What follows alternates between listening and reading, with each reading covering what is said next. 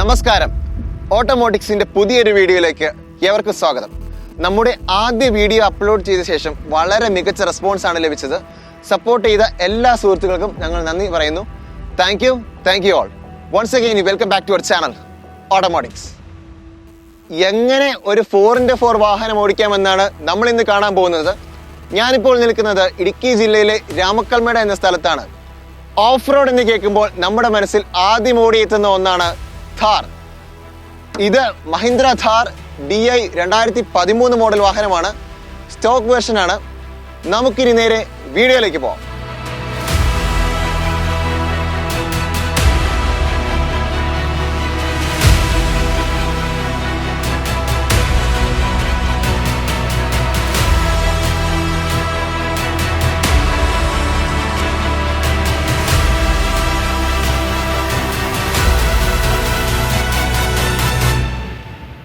മഹീന്ദ്ര ഥാറിലോട്ട് നമ്മൾ വരുമ്പോൾ സാധാരണ വാഹനങ്ങളിൽ കാണുന്ന പോലെ തന്നെ ആക്സിലേറ്റർ, ബ്രേക്ക്, ക്ലച്ച് എന്നിവയാണ് വരുന്നത്.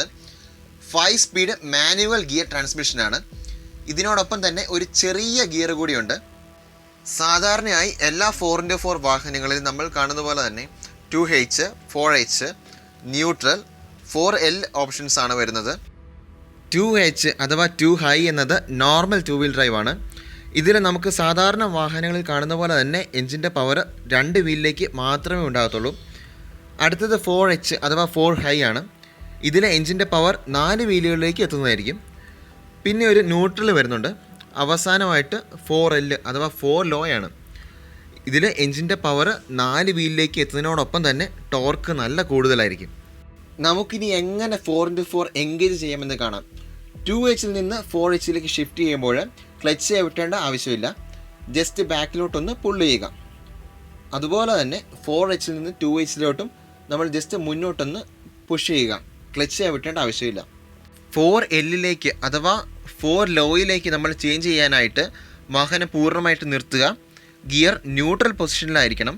ക്ലച്ച് ഫുള്ളായിട്ട് അപ്ലൈ ചെയ്യുക. അതിനുശേഷം 4 ലോയിലേക്ക് നമ്മൾ ചേഞ്ച് ചെയ്യുക. തിരിച്ച് 4Lൽ നിന്ന് അഥവാ 4 ലോയിൽ നിന്ന് 4Hലേക്ക് പോകാനും വാഹനം പൂർണ്ണമായിട്ട് നിർത്തുക. ഗിയർ ന്യൂട്രൽ പൊസിഷനിലായിരിക്കണം. ക്ലച്ച് ഫുള്ളായിട്ട് അപ്ലൈ ചെയ്യുക. അതിനുശേഷം 4Hലേക്ക് നമ്മൾ ചേഞ്ച് ചെയ്യുക. അതുപോലെ തന്നെ ഒരു കാര്യം കൂടെ ഓർക്കേണ്ടതുണ്ട്.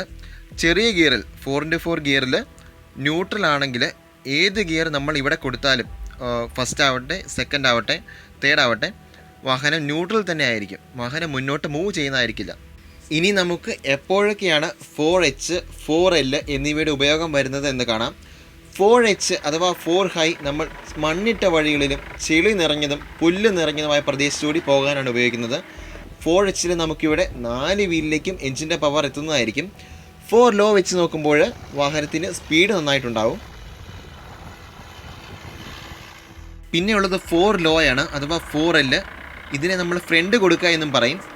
കുത്തനെയുള്ള കയറ്റം, കല്ലിട്ട വഴികൾ, കുത്തനെയുള്ള ഇറക്കം എന്നീ പ്രദേശത്തൂടെ പോകുമ്പോഴാണ് 4 ലോ ഉപയോഗിക്കുന്നത്. ടോർക്ക് വളരെ കൂടുതലായിരിക്കും. സ്പീഡ് നല്ല കുറവായിരിക്കും. 4 ലോയിൽ ട്രോട്ടിൽ നമ്മൾ അമിതമായിട്ട് കൊടുക്കാതിരിക്കുന്നതായിരിക്കും നല്ലത്. അത് ചിലപ്പോൾ എഞ്ചിനെയും ഗിയർ ബോക്സിനെയൊക്കെ കംപ്ലൈൻ്റ് ആക്കാൻ ചാൻസ് ഉണ്ട്. ഇപ്പോൾ വാഹനം ഫസ്റ്റ് ഗിയർ ഫ്രണ്ട് കൊടുത്തേക്കാണ്, അതായത് 4L കൊടുത്തേക്കാണ്. നമുക്കിനി നേരെ പോയി നോക്കാം.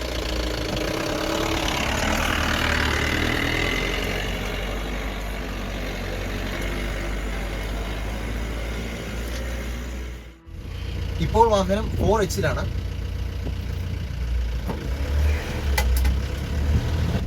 4Lനെ അപേക്ഷിച്ച് ടോർക്ക് വളരെ കുറവായിരിക്കും. സാധാരണ റോഡിൽ ഉപയോഗിക്കുന്ന അതേ സ്പീഡിൽ തന്നെ നമുക്ക് വാഹനം ഉപയോഗിക്കാൻ പറ്റുന്നതായിരിക്കും. 4H, 4L ഇട്ടുകൊണ്ട് നമ്മൾ വാഹനം ടാർ റോഡിൽ ഉപയോഗിക്കാൻ പാടില്ല. ഓഫ് റോഡ് പോകുമ്പോൾ നമ്മൾ വാഹനം പതുക്കെ ഉപയോഗിക്കുക. അത്യാവശ്യമെങ്കിൽ മാത്രം സ്പീഡ് എടുക്കുക. ഇറക്കം ഇറങ്ങുമ്പോൾ 4Lഉം ഫസ്റ്റ് ഗിയറുമാണെങ്കിൽ ബ്രേക്ക് അപ്ലൈ ചെയ്യേണ്ട യാതൊരു ആവശ്യവുമില്ല. വാഹനം തനിയെ സാവധാനം ഇറങ്ങുന്നതായിരിക്കും.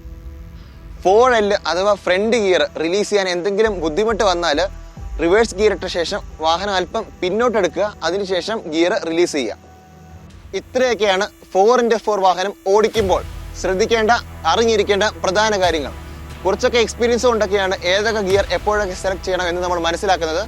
അത് നമ്മൾ സേഫായ സ്ഥലത്ത് ഒന്ന് ഓടിച്ച് പരിശീലിക്കുക. Do follow our Instagram page, subscribe to your YouTube channel. This is Automotics and I am Adarsh, signing off.